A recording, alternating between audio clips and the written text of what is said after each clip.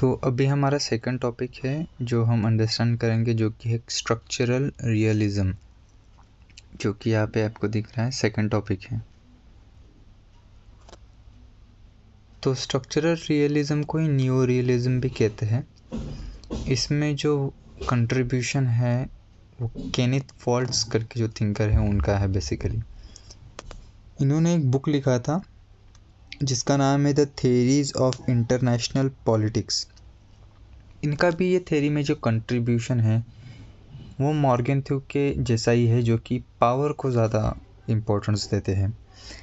तो जैसे कि प्रीवियस जो वीडियो था मेरा, उसमें हमने चेक किया था कि मतलब एज अ कंक्लूजन मार्क किया था कि जो मॉर्गन थ्यू का जो थ्योरी है, क्लासिकल थ्योरी, जो बेसिक रियलिस्ट थ्योरी है, उसको क्रिटिसाइज़ किया गया था।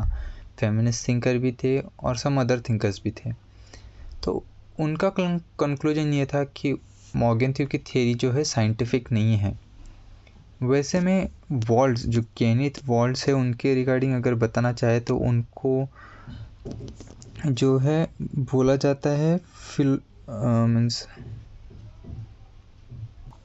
तो केनिथ वॉल्ट्ज को बोला जाता है डिटरमिनेंट रियलिस्ट।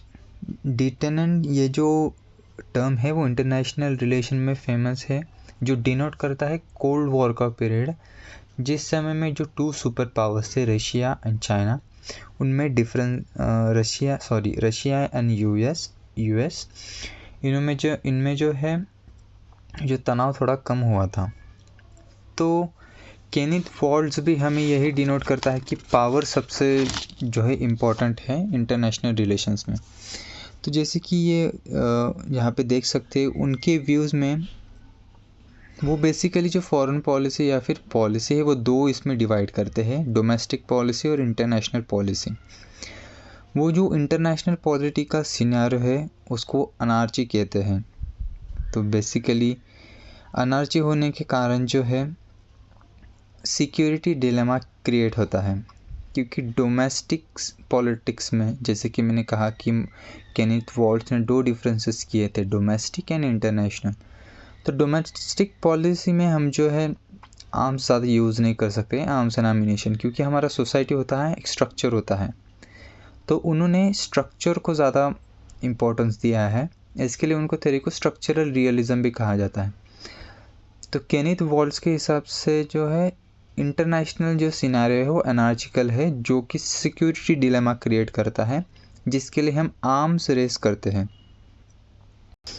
पर उस टाइम पे आर्म्स रेस करते हैं ये तो बात हुई, पर उस टाइम पे उनको जो लगा कि मॉर्गन थ्यू की थ्योरी जिस बेसिस पे क्रिटिसाइज़ की गई थी कि जो वो साइंटिफिक नहीं है, तो केनिथ वॉल्ट्ज जो है अपनी थ्योरी को साइंटिफिक प्रूव करना चाहते थे। तो साइंटिफिक है ये प्रूव करने के लिए उन्होंने जो है सहारा लिया स्ट्रक्चर का। उन्होंने जो प्रीवियस मॉर्गन थ्यू का जो थ्योरी था, जिसमें ह्यूमन नेचर को मोनोस्टिक था, यानी एक ही डायमेंशन के लिए क्रिटिसाइज़ किया गया था कि human nature is self interest, means revolve around the self interest. तो ये जो कंसेप्ट था उसको उन्होंने डिनाई करने के लिए जो स्ट्रक्चर की सहायता ली। मैंने ये तो बताया कि ये केनिथ वॉल्ट्ज जो थे वो स्ट्रक्चर ऑफ इंटरनेशनल पॉलिटिक्स को अनार्चिकल कहते थे, पर जो स्ट्रक्चर ऑफ डोमेस्टिक पॉलिसी है उसको हायरार्चिकल कहते थे। हायरार्चिकल मतलब उसमें जो है स्ट्रक्चर होते हैं, जैसे हमारी पॉलिटी हो गया basically, parliament, executive, judiciary and others. Plus हमें और एक चीज़ पे ध्यान देनी चाहिए कि जो है मैंने कहा था कि सिक्योरिटी डिलेमा क्रिएट होता है इंटरनेशनल पॉलिटिक्स में, क्योंकि वो स्टेट ऑफ अनार्की है, जिसके लिए जो नेशन से आर्म रेस के लिए प्रमोट करते हैं। तो ये और एक जो स्ट्रक्चर की सहायता लेते हैं वो है कैपेबिलिटी, जो कि है अगर देखा जाए वॉल्ट्ज के अनुसार कि state in international politics can not differ in terms of function, मतलब उनके फंक्शन में कोई ज़्यादा डिफरेंसेस नहीं होता है। जो भी इंटरनेशनल इस पर स्टेट होते हैं, जैसे कि अमेरिका, यूएस और अदर नेशंस हो गए, which they perform but they differ in the terms of capability. जैसे कि हम कैपेबिलिटी जो कि क्षमता है, भले ही इंटरनेशनल और नेशनल लेवल पे वो मे बी पर्टिकुलरली स्ट्रॉन्ग रहे, पर जो इंटरनेशनल लेवल आता है एक, उस पे उनकी कैपेबिलिटीज़ मैटर करती है। जैसे अगर प्रोडक्शन की बात करें तो चाइना का कैपेबिलिटी कंपेयर विद इंडिया, और इंडिया और चाइना का capability in terms of USA. तो जो है कैपेबिलिटी पे भी बहुत सारी चीज़ें मैटर करती हैं।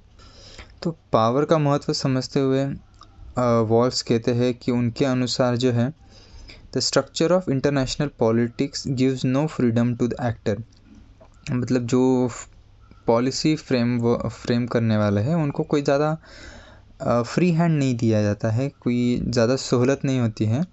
हावेवर मतलब इसका मतलब है कि जो फॉरेन पॉलिसी मेकर्स है वो जो है उनको कंपाइल्ड रहना पड़ता है, उनको इन कोऑपरेशन विद पावर के हिसाब से ही उनको पॉलिसीज़ बनानी होती हैं, ना कि उनके सेल्फ मोटो की वजह से।